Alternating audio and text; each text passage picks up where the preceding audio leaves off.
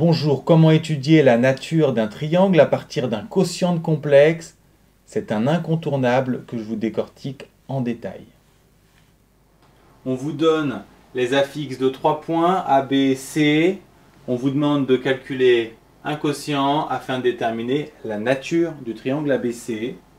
La première chose à faire pour se donner une idée de ce qu'on cherche, c'est de tracer les points A, B et C. On peut constater qu'on a un angle droit ici. Donc il est bon de savoir qu'il y a un énorme raccourci en cours de route qui consistera à factoriser par i. On remplace les affixes A, B et C par leurs valeurs, puis on simplifie. Ici, on pourrait utiliser le conjugué, mais il y a beaucoup plus rapide, on a notre raccourci. On va factoriser par i. Pour obtenir moins 1, on prend i. Pour moins 3i, moins 3. Et i moins 3 égale i moins 3. Le quotient se simplifie en i. On vous demande d'en déduire la nature du triangle ABC. Il faut donc interpréter géométriquement ce résultat. Et vous devez absolument avoir en tête tout de suite que l'interprétation va se faire en deux temps. Le module va vous donner une information en termes de longueur et l'argument un angle.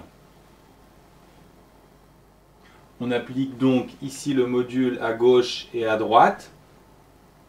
Le module d'un quotient, c'est le quotient des modules, ce qui permet de simplifier le membre de gauche. Et le module de i, c'est 1.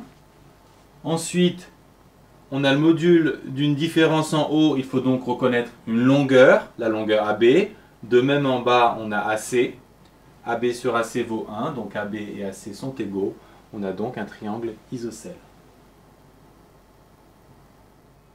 On a appliqué le module, à présent l'argument. On l'applique à gauche et à droite. L'argument de A moins B sur A moins C, on connaît la méthode, c'est l'angle CABA, on le lit à l'envers. L'argument de I étant ici, on sait que c'est pi sur 2. Ensuite, il faut appliquer une propriété des angles orientés. Si l'on inverse ici les deux vecteurs, on sait qu'on ne change pas la valeur de l'angle. On l'a vu dans la vidéo sur les angles orientés. Et donc, l'angle ACAB vaut pi sur 2. On a donc un triangle rectangle. Il est donc rectangle et isocèle. Dans ce deuxième exercice, on vous donne les affixes des points ABC et on vous demande de déterminer la nature du triangle ABC sans plus d'indications. Donc c'est à vous de savoir quel calcul effectuer. Pour cela, vous allez placer les points A, B et C. On constate que le triangle semble équilatéral, donc aucun angle n'est à privilégier. On peut s'intéresser par exemple à l'angle ACAB qui doit valoir pi sur 3. Et pour avoir cet angle, on va devoir calculer l'argument de B-A sur C-A. Et si par la suite on s'intéresse à son module, on aura des informations en termes de longueur.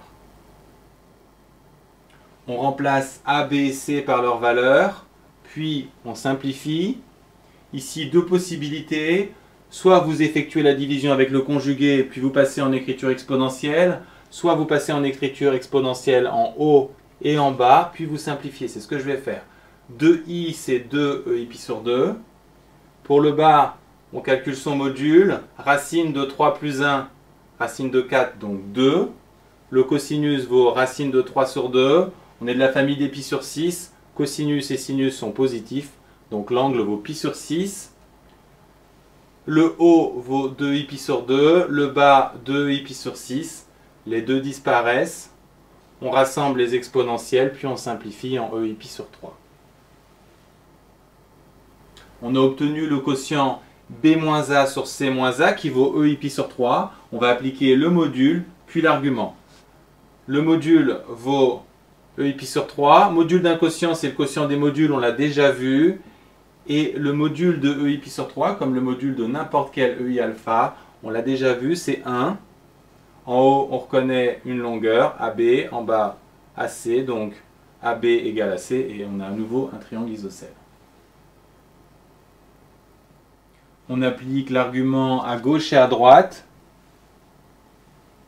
L'argument de ce quotient correspond à l'angle ACAB. L'argument de e pi sur 3, évidemment, c'est pi sur 3. On a un triangle qui est isocèle avec un angle de π sur 3.